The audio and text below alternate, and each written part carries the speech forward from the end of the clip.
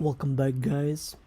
In this video I'm going to show you how to download a game called, let me show you,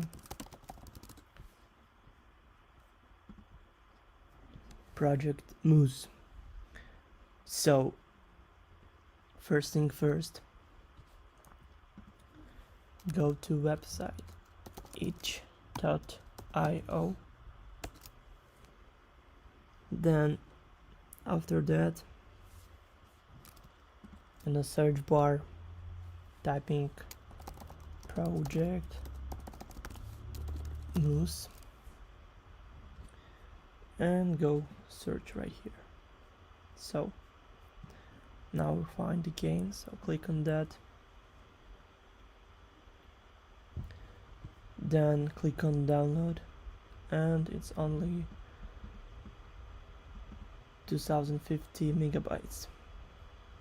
So guys, thank you for watching. Please like and subscribe for more. Bye.